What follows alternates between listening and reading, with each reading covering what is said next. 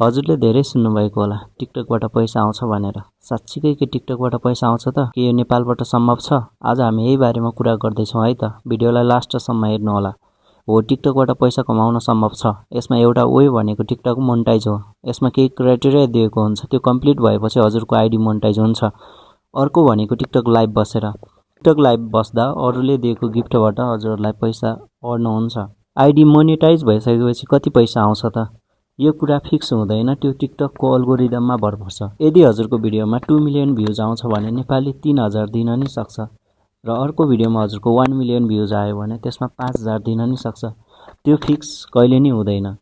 र अर्को कुरा भनेको कि यो नेपालबाट सम्भव छ? हो, नेपालबाट यो गर्न सकिन्छ। त्यसको लागि हजुरसँग नेपालभन्दा बाहिरको अकाउन्ट हुनुपर्ने हुन्छ। यदि हजुरसँग बाहिरको अकाउन्ट छैन, हजुरको बाहिर कोही हुनुहुँदैन भने हामीसँग सम्पर्क गर्नुहोला। मैले WhatsApp नम्बर छोडिदिन्छु र मलाई मेसेज गर्नुहोला। मैले त्यसमा हजुरलाई के गर्ने भनेर सिकाउँछु। बाहिरको अकाउन्ट चाहियो भने हजुरले मलाई मेसेज गर्न सक्नुहुन्छ, मैले अकाउन्ट बनाएर दिन्छु।